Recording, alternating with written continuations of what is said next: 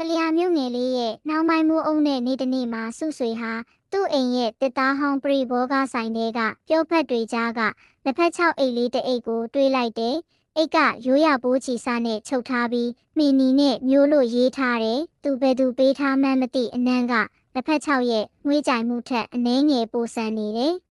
။ညနေလက်ဖက်ရည်တောက်ဖို့အိတ်လေးကိုဖွင့်လိုက်တော့အတွင်းကလက်ဖက်6တွေဟာပုံမှန်အညိုရောင်မဟုတ်ပဲမီးခိုးမဲရောင်ပြောဖက်လေးတွေလိုဖြစ်နေတယ်ထူးဆန်းပေမဲ့စုဆွေကရေနွေးထဲထည့်လိုက်တဲ့ရေနွေးအိုးတဲ့လက်ဖက်6တွေကျဆင်းသွားတဲ့အခါသူမျော်လင့်မထားတဲ့အတန်တန်ထွက်လာတယ်လူသားညီးတဲ့တန်လိုအားပါတရနှက်ဆိုင်တဲ့ညီးတန်သူလက်ဖက်ရည်ခွက်ကိုငုံကြည့်လိုက်တော့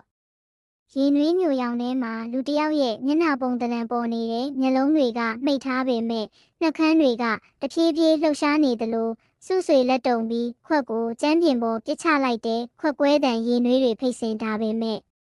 ဘာမှမကြလာဘူးလက်ဖက်6တွေရေတွေတောင်ပျောက်ကွယ်သွားတဲ့ညဖက်မှာစုဆွေအိတ်မပျော်ဘူးအိမ်ထဲမှာဖုံမှုန့်တွေကိုဖနှက်နဲ့ဖြစ်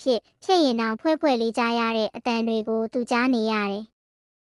အိတ်ခမ်းတကားနာကစောင်းကြိုင်ထဲမှာပျော့ပြောင်းတဲ့အရာတစ်ခုကလှုပ်ရှားနေတယ်လို့ခံစားရတယ်။မီးဖွင့်လိုက်တိုင်းဘာမှမတွေ့တတိယညမှာအခန်းမောင်တဲ့စုဆွေနိုးလာတဲ့အိယာဘေးကမီးစားကျန်းပြင်ပေါ်မှာဆူဆွတ်တဲ့ခြေရာလေးတွေရှိနေတယ်။ဒါပေမဲ့အဲ့ဒီခြေရာတွေကခုန်တန်းလျားလိုသေးငယ်ပြီးလက်ချောင်းငါးချောင်းစီပါတယ်ခြေရာတွေကသူ့အိယာအနီးကနေစပြီးသတင်းပေါက်စီကိုဥတီသွားနေတဲ့သတင်းပေါက်ကလုံခြုံအောင်ပိတ်ထားတာတောင်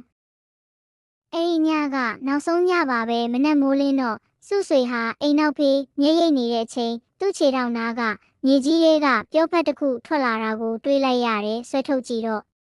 ဒါကသူပြစ်ချဖြက်စီးလိုက်တဲ့လက်ဖက်6အိတ်လေးဖြစ်နေတာပါအိတ်ကဆူဆွတ်နေပြီးအတွင်းကလက်ဖက်6တွေဟာ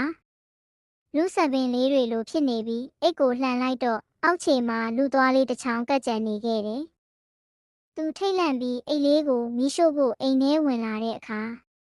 မီးဖိုခန်းစပွဲပေါ်မှာလက်ဖက်ရည်ခွက်တစ်ခွက်တီထားပြီးသားရေနွေးညိုရောင်ထဲမှာပျော့ပြောင်းတဲ့လက်ချောင်းငါးချောင်းပါတဲ့လက်တစ်ဖက်ရဲ့အရေးလေးမြင်နေရပြီးနံရံပေါ်ကနာယီမှာည9နာရီကျော်နေပြီးအိမ်နောက်ဖေးကမျက်ခင်းထဲကနေခြေပွားလေးတွေနဲ့ဖြည်းဖြည်းချင်းအိမ်စီချင်းကပ်လာနေတဲ့အတန်တွေကိုသူကြားနေရတဲ့အိမ်တကားကတကားခောက်တန်တောင်မကြားရတော့ဘူးလေဟုန်နဲ့ဖွင့်ထွက်လာသွားတယ်